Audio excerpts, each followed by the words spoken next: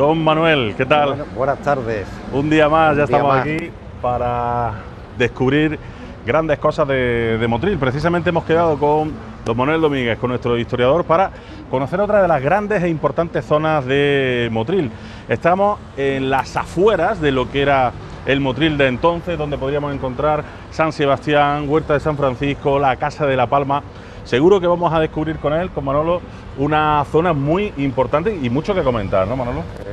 Efectivamente, estamos hablando de la entrada a Motril, la entrada tradicional desde el Salobreña hacia Motril, justo en lo que era el puente de Salobreña. Aquí existió, en esta entrada a Motril, se entraba a Motril por dos vías, por una interior, que era la calle San Francisco, y otra más exterior a la muralla, que era lo que hoy es el Camino de las Cañas, y había un puente para pasar a la acequia, que es el que comunicaba la entrada a Motril con el camino de Salobreña, hasta la zona de la avenida Andalucía. La acequia de Motril tenía varios puentes. El puente Salobreña, que estaba aquí, que era el que comunicaba a Motril con el camino de Salobreña, el puente del Hospital, que estaba donde hoy está la Plaza de Tenería aproximadamente, el puente del Salitre, que es enfrente del cerro, y ya el puente del Toledano, del Ingenio del Toledano, la salida de Motril por el otro lado, es decir, para comunicar por el camino hacia Almería, ¿no? Evidentemente, esta zona de aquí, estábamos a las afueras de Motril, lo cual no quiere decir que no tuviera su importancia. En el sitio donde estamos situados ahora mismo, había dos casas grandísimas, antiquísimas. Una de ellas se conocía como la Casa de las Lonas. Debió pertenecer las casas pues a algunos nobiliarios como la Condesa de Donadio o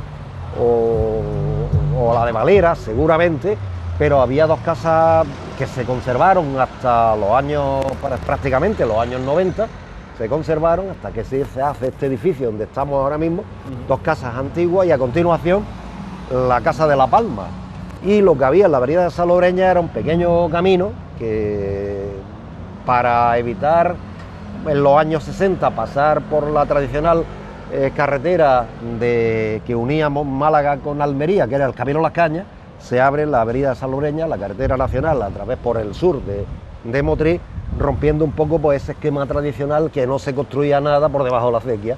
Claro. Y que en los años 60 pues se abre la carretera que circunvala Motril para evitar pues, que el tráfico, que empezaba a ser notable ya en los años 60, tuviera que pasar todo por el Camino Las Cañas, ¿no? Aunque los autobuses seguían pasando por el Camino Las Cañas porque la estación de autobuses estaba en la calle Nueva o las Cuatro Esquinas después, ¿no? Antes de construirse la de la calle Las Cruces. Y aquí evidentemente era pues la plaza de entrada, el camino de entrada a Motril. Toda la parte de enfrente eran huertas, alguna de ellas fue una huerta de claveles muy famosa, desaparecida hoy, pues enfrente, justo enfrente de la avenida Salobreña. La huerta del Senador, que también estaba, que también era muy antigua, ya tan antigua como tiene sus primeros documentos de principios del siglo XVI o finales del siglo XV, ya existía la huerta del Senador, la acequia, lógicamente, la acequia principal. Y si nos vamos hacia la entrada nos encontramos pues también edificios importantes. Uno de ellos pues sería posiblemente lo que hoy es la Casa de la Palma, que era una fábrica de azúcar anterior a lo que hoy es la Casa de la Palma. Sí, una fisonomía bastante diferente. Sería distinta, absolutamente se arregló. Pues si te parece nos acercamos un poquito porque encontramos ahí, sería San Sebastián, la ermita de San Sebastián y la casa de... Y la subida, este camino que hoy se conoce con el nombre de Marquesa de Calle Avenida Marquesa de Esquilache, era el camino de las Yeseras. De las Yeseras.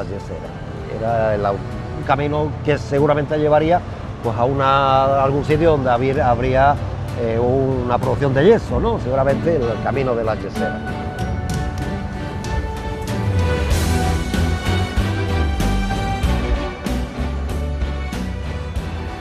Nos acercamos, por tanto, dejamos esta entrada, o mejor dicho, la salida de Motril, tal y como estaba explicando Manolo, y nos acercamos, yo creo que bueno, como yo te decía, ¿no? a dos lugares muy emblemáticos de Motril. Primero, vamos a empezar por la ermita de San Sebastián, desaparecida, lógicamente. En otros programas ya la hemos mencionado, incluso la hemos visto porque hay fotografías, la vamos a recuperar.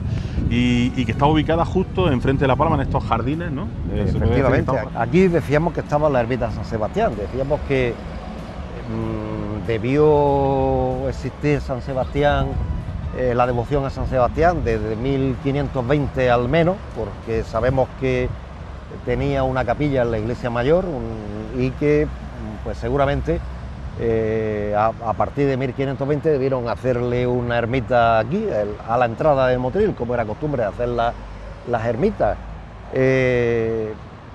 Por lo menos en 1537 estaba construida, es decir, al menos sabemos que en 1536, 1537 la ermita de San Sebastián ya está construida y es uno de los santos que Motril le tiene antiguamente más devoción, porque seguramente era pues el protector de las epidemias de aquella época. San Roque, San Sebastián eran los protectores. Curiosamente, la mentalidad de los motrileños decía que el camino a las Cañas era la calle que iba desde San Roque a San Sebastián. Y San Sebastián, pues evidentemente tuvo aquí su ermita hasta el año 36, 37, que por los avatares de la guerra civil arde, se queda en ruinas y después se quitan los últimos restos de San Sebastián. La historia de San Sebastián, la ermita era una ermita muy simple, es decir, prácticamente lo único que tenía era un edificio rectangular con una portada de medio punto. Sí que es curioso, pero el ara del altar mayor de la iglesia mayor de Motril era el ara de la ermita de San Sebastián. Cuando se derriba la ermita en los años 50, se lleva a la iglesia mayor, allí está. El ara ¿Y en qué año ya se derriba? Se derriba en los años 50. Estuvo expoliada, estuvo saqueada. Se quemó en la época de la guerra y estuvo aquí en ruinas durante un montón de tiempo, hasta que el ayuntamiento, pues en los años 50, decide pues eliminar los restos que quedaba aquí de las ruinas de la ermita y desaparece, ¿no? Ya lo que queda son fotos y evidentemente pues la historia de San Sebastián y la historia de la devoción de San Sebastián en la religiosidad popular motrileña, justo en la entrada del camino de Salobreña, ¿no? Es decir, tendríamos enfrente a la huerta del vicario. La huerta del vicario es la huerta del vicario González Hernández de Herrera, que fue uno de los primeros vicarios que tuvo Motril y que además adquirió unas grandes propiedades en Motril. La ermita de San Sebastián y enfrente pues el ingenio de La Palma, de lo que hoy conocemos con el nombre de La Palma. ¿La huerta de vicario es porque ahí vivía? No, ahí tenía una de sus tierras que dejó para sus capellanías y compró muchísimas tierras. El vicario Herrera debió llegar a Motril sobre 1507, 1508, una cosa así, y compró muchísimas tierras. Fue el encargado de hacer la muralla de Motril por parte de los reyes. Fue el encargado de construir la iglesia mayor. Es el vicario que en su época se construye la iglesia mayor y... Un hombre de gran relevancia. Sí, Gonzalo Hernández era hombre de gran relevancia en Motril y compró muchas tierras y cuando se muere deja dos capellanías, ¿no? Y una de sus tierras más queridas es lo que se conoce en la historia de Motril hasta el siglo XIX con el nombre de la huerta del vicario, que estaba justo enfrente de San Sebastián y enfrente de La Palma. O la parte de abajo de lo que es la avenida de Salobreña. Claro, la parte de abajo lo que es la avenida de Salobreña, una de las zonas más productivas de Motril y una de las zonas mejores de cultivo, dedicada pues fundamentalmente en aquella época. En Motril se plantaban muchos morales, porque Motril en esos primeros años del siglo XVI, la actividad económica más importante de Motril no era la caña de azúcar, sino la seda. Y había muchos morales plantados, ¿no? Es decir, la industria de la seda, por eso las casas antiguas de Motril tenían esos galeones en la parte superior, eran secaderos de seda. Secaderos de seda. Y la seda tuvo en Motril muchísima importancia. Los morales y moreos, más morales que moreos, eran pues lo normal que había en todas estas tierras, mezclados incluso con la caña de azúcar. Había pues huertas o tierras donde había caña de azúcar mezclada con moreo. Es verdad que cuando a finales del siglo XVI, la actividad más importante de la agricultura motrileña es el azúcar, ¿no? Pero en estos siglos iniciales, finales del XVI, una gran actividad es la seda. La seda de la costa del Reino de Granada era de la mejor que había en toda Europa, de calidad, ¿no? En toda Europa. Es la que hacían los moriscos, la hacían los mudéjares, los musulmanes primero, y era una de seda de gran calidad.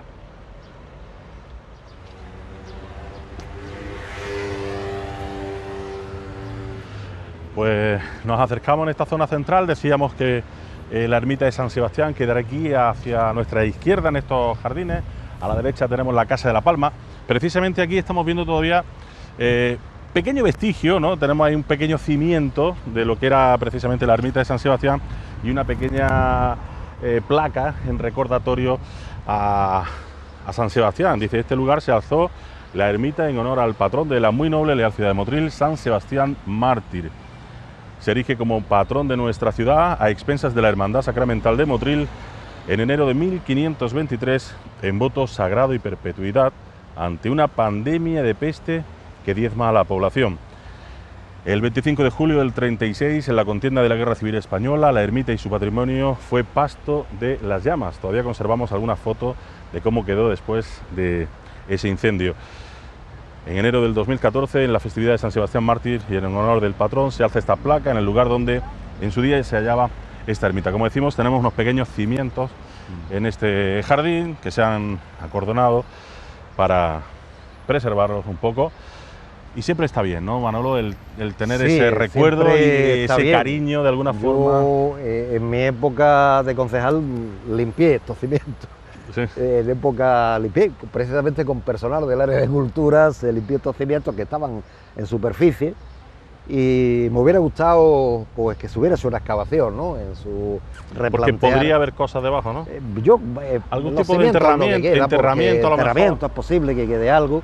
Los cimientos de la ermita no sabemos exactamente, había que replantearla exactamente si está más metida en la calle o menos metida en la calle, pero bueno, en los años 2000 se limpió esto, se arregló todo este jardín, se limpió un poco y vimos que estaban los cimientos ahí, los limpiamos y los dejamos un poco vistos y me hubiera gustado, digo, hacer una excavación arqueológica con más profundidad, más ¿no? profundidad para estudiar los restos de la ermita y haberlo visto claro. más.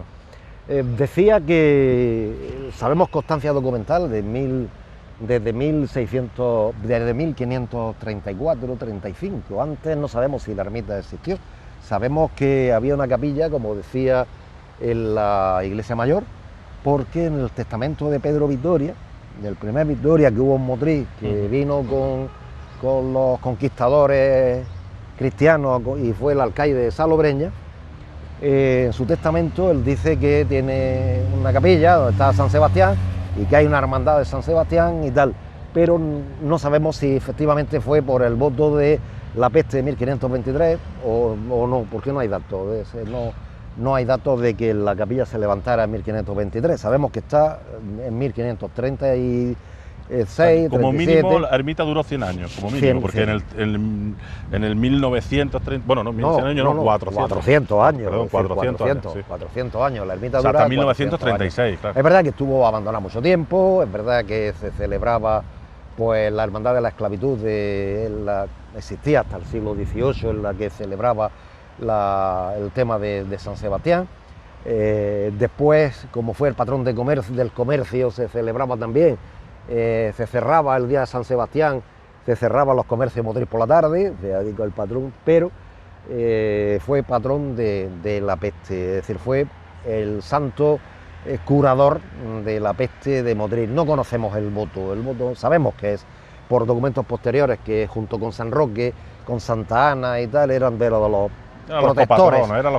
protectores, santos protectores de la ciudad. Y que su ermita pues fue un edificio muy simple, como se construía en aquella época, de estilo mudéjar y poco más, es decir, no tenía mucho más, el edificio no tenía mucho más, sí que tiene pues una tenía una gran importancia desde el punto de vista de los sentimientos de los motrileños, eso sí que lo tiene, ¿no? Claro.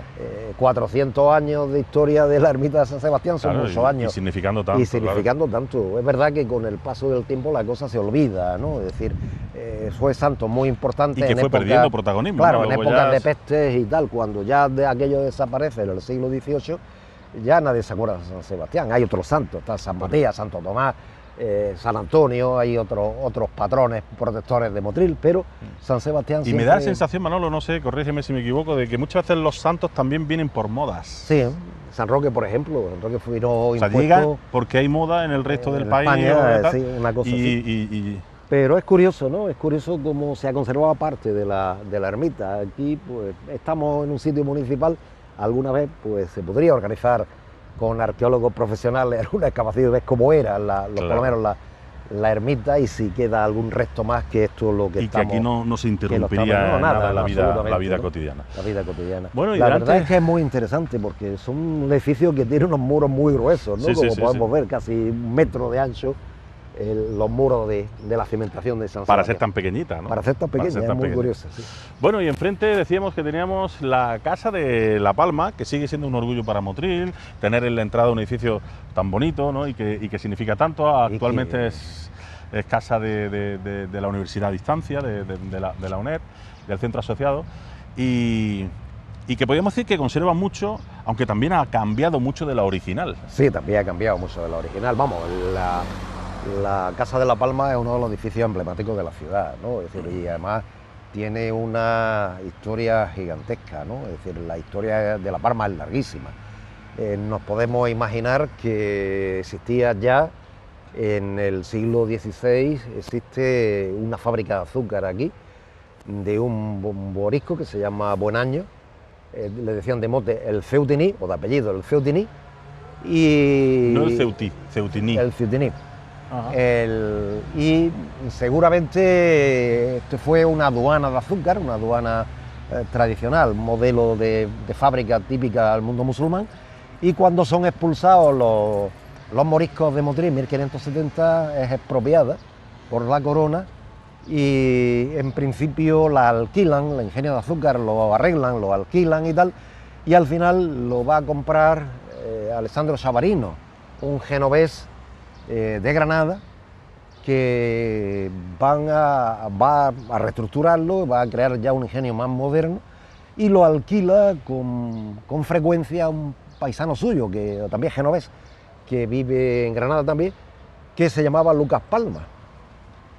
Este Lucas Palma, durante muchas temporadas de azúcar, en esos años de 1577, 80, 80 y tanto, arrendaba el ingenio de azúcar, molía cañas en él, y en Motril, pues el ingenio de Lucas Palma se terminó conociendo como el ingenio de La Palma. Claro. Nada que ver con las palmeras, ya. Sino con el nombre de un genovés, de Lucas Palma, el nombre de un genovés que curiosamente después existió las palmeras, ya lo hemos confundido. En el siglo XVII esto lo compra la familia Savarino de Granada, una familia muy importante, banqueros, comerciantes genoveses afincados en Granada, muy importante. Lo van a vender a la familia Victoria. Antes comentaba yo que uno de los primeros Victorias que llega a Motril, que tiene su capilla dedicada a San Sebastián en la iglesia mayor, y que en su testamento de 1520 la recogía. Bueno, pues esa familia es el que compra la Casa de La Palma a mediados del siglo XVII, del siglo XVII, compran la Casa de La Palma y la arreglan. En 1650 es cuando se construye este edificio que estamos viendo hoy. 1650. Y costó la friolera casi de 50.000 ducados construir este edificio que estamos viendo hoy. No el ingenio que estaba por detrás de la Casa de La Palma y que se conservó hasta los años 80 cuando se derriba. Y 50.000 ducados era una cantidad impresionante. Es decir, que aquí hicieron su edificio la familia Victoria. Don Juan de Victoria y Castro hizo su gran edificio y por detrás tenía su fábrica de azúcar. La fábrica de azúcar de La Palma conserva su su actividad industrial hasta finales del 18, cuando la caña de azúcar entra en crisis. Este ingenio se cierra, se queda el edificio, se queda como patrimonio de La Palma, de la familia Victoria. Curiosamente, el último Victoria fue don Pedro Victoria y Ahumada, que muere a principios de finales del 19, y curiosamente don Pedro Victoria y Ahumada deja La Palma para que se establezca en Motril una institución educativa en su edificio. Por eso se construye el reloj, para la hora de entrada y salida a esa institución educativa. Es el reloj de La Palma, que el también reloj de Vitoria. El reloj de Vitoria, el reloj de La Palma, que también se conoce como el edificio también se conoce así. Durante mucho tiempo era el reloj de Vitoria, ¿no? Después, el testamento que deja don Pedro de Victoria Ahumada no se lleva a cabo, ¿no? Hay una reclamación por parte de la familia del médico personal de él, que era Ocete, y al final la familia Ocete se quedan con la casa y al final pues se convierte en una residencia particular, nada que ver con esa residencia educativa o esa institución educativa que quería dejar, que dejó en su testamento don Pedro Victoria, pero sí se conserva evidentemente el reloj y se conserva. Y el escudo que tenemos ahí, que se cayó en una tormenta en los años 60, se cayó, es de yeso, sería el escudo de la familia Victoria. Ese escudo, como está en la casa solariega de la familia Victoria, no se conserva, se podía restaurar, porque es yesería, se podía restaurar en cerámica y volver a restaurar el escudo. Por mantenerlo. Por mantenerlo se conserva, sabemos cómo es el escudo de la familia Victoria, se podía en algún momento restaurarlo. Después aquí, en los años 40, compra la familia Lola Burgos, compra la casa, la familia Palanco Burgos compra la casa, que son la familia que después, don Francisco Palanco Burgos, es el que después negocia con el Ayuntamiento de Motril en los años 80 y se transforma en una... Quizás en eso que decía don Pedro Victoria en los años, a finales del siglo XIX, una institución cultural. Un lugar de enseñanza, un lugar al final La Palma se ha convertido en lo que don Pedro Victoria quería en su testamento, curiosamente. Al final se cumplió el testamento de don Pedro Victoria, pero originariamente ingenio de azúcar musulmán, ingenio de azúcar cristiano, hasta el siglo XVIII La Palma era uno de los ingenios más famosos de Motril. Su nombre nada que ver con las palmeras, Lucas Palma, un genovés, y al final pues terminó en lo que don Pedro Victoria quería, institución educativa, la biblioteca municipal, el archivo municipal y por supuesto la UNED. Aunque volvemos a reiterar que la fisonomía actual... Sí, la restauración en los años 80, hombre, la modificó evidentemente, la fachada es la misma, ¿no? La fachada, por las fotos que hay antiguas, y se conservan unos planos de la Casa de La Palma de finales del siglo XIX, y también se conservan unos planos, pues prácticamente lo que es la fachada no está alterada. Quizás en su época hubiera sido de ladrillo visto, ¿no? No estaría tan blanca, ¿no? Blanca si como hubiera ahora. sido de ladrillo visto. Es curioso, es curioso una historia del famoso túnel de La Palma. Está todavía un túnel de agua, que en la mitología de los motrileños es un túnel de tesoros, pero es un túnel de agua, ¿no? Es un túnel que bajaba... De tesoros ninguno, Ya. pero siempre que había algún leyenda, túnel, ¿no? las leyendas de tesoros estaban. Hay un túnel, efectivamente, que bajaba de un antiguo estanque, seguramente para servicio de una alberca que bajaba a servicio del ingenio, bajaba por aquí, todavía se puede, hasta conectar con la acequia, ¿no? Para desaguar hasta conectar a la acequia. Y está cubierto, se ve ahí en el jardín, está todavía el túnel, famoso túnel de la Casa de La Palma, donde mucha gente antiguamente decía que había tesoros escondidos. El caso es que, bueno, hemos conservado por lo menos la estructura de un gran edificio. Es el edificio más grande de los antiguos que se han conservado de Motril, un edificio absolutamente emblemático, ¿no? Y que sí que se ha conservado, por lo menos la estructura exterior se ha conservado muy bien.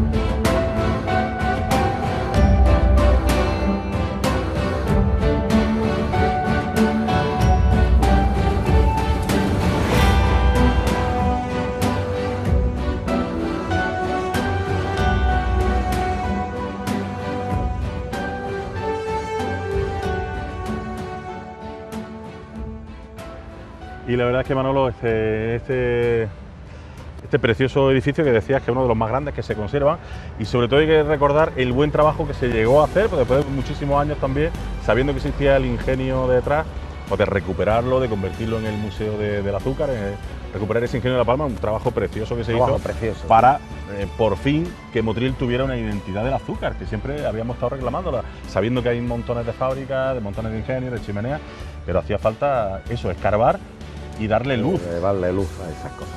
Bueno, pues efectivamente, la huerta de La Palma se reclasificó y se construyó. Y había un solar en la parte de atrás de La Palma, un solar que el ayuntamiento pues pensó hacer una plaza. Y enfrente justamente vivía en aquella época, estoy hablando del principio de los 80, o los 80 y tantos, 65, 64, 65, vivía Manolo Santaella, que era concejal del Ayuntamiento de Motril en aquella época. Y cuando la máquina empieza a trabajar para hacer la plaza en la parte de atrás de La Palma, empiezan a salir los restos del ingenio de azúcar. Manolo Santaella aquel día pues da para la obra, y gracias pues a aquella intervención de Manolo Santaella se pudo recuperar los restos, los pocos restos que quedaban del ingenio de La Palma.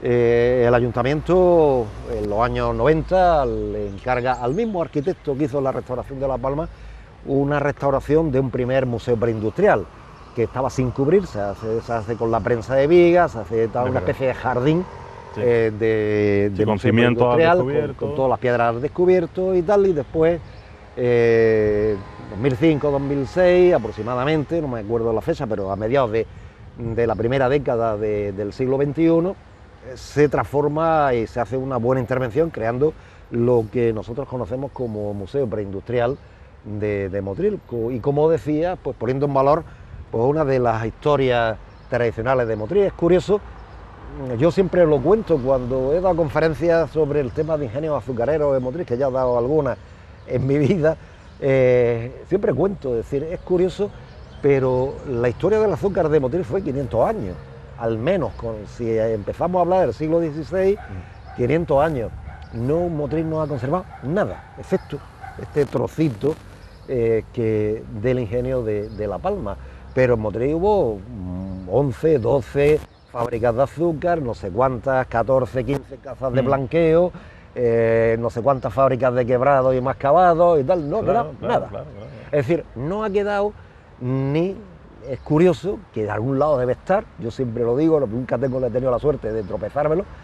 El azúcar se hacía en porrones, se hacía en forma cerámica, aproximadamente de una cabida de 5 o 6 arrobas. ¿Dónde están? Casi de un metro. Sí.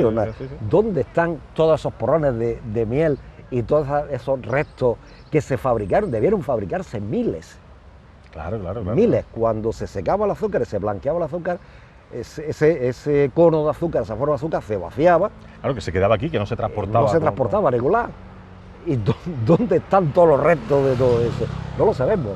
Debe estar enterrado por algún sitio, pero curiosamente no ha quedado resto de nada. Es decir, el único resto que ha quedado... Eran de barro, ¿no? Sí, eran de barro. Pero el único resto de fábrica de azúcar ha quedado esta. Y tuvimos 10 o 12 fábricas de azúcar, otras tantas casas de blanqueo, otras tantas fábricas de quebrado. 500 años fabricando azúcar y no conservamos nada más que este pequeño resto, que por lo menos ya es importante, ¿no? Porque hombre, por supuesto, al menos se conserva un poco la historia la historia azucarera de la ciudad, la historia azucarera antes de la industrialización, ¿no? Tuvimos la suerte de que aquel día Manolo Santaella tropezara con aquello y la máquina parara la obra. Gracias a él pues se pudo mantener esta historia del Museo Preindustrial, y que se ha mejorado con el paso del tiempo, y hoy es uno de los sitios más visitados de Motril. Curiosamente está muy bien organizado y bien montado, con lo cual sí, pues, muy bonito. es muy bonito y merece la pena verlo. Además pequeñito, merece la pena, es coqueto y merece la pena verlo. Y explica muy bien, ¿no? También la preindustrialización del azúcar, ¿no? Y efectivamente, además, está en un entorno como en la Casa de La Palma, es decir, que no solo es el museo, sino el edificio de la Casa de La Palma, que ya tiene envergadura suficiente como para explicar un poco también el entorno del Museo Preindustrial. Y se ha conservado relativamente bien. Toda esta cerca que vemos de la Casa de la Palma es la original, ¿no? Por lo menos la del siglo XIX que conozcamos, o el siglo XVIII que conozcamos, justamente enfrente de donde estuvo la ermita San Sebastián. Esta calle se llama Marquesa de Esquilache, se le puso Marquesa de Esquilache, ahora explicaremos por qué, porque está relacionado, luego lo explicaré por qué, doña Pilar de León y Gregorio del Marquesa de Esquilache, porque está relacionado con la fábrica del Pilar. Ajá. Hablaremos de la fábrica del Pilar y hablaremos un poquillo de la historia de la fábrica del Pilar. Y en recuerdo a ella se le puso a esta calle, camino antiguo, camino de las Yeseras, se le puso y luego Marquesa de Esquilache. Marquesa de Esquilache o Camino de la Palma, porque Bueno. al fin y al cabo es como lo conocía la gente de Motril, el Camino de la Palma.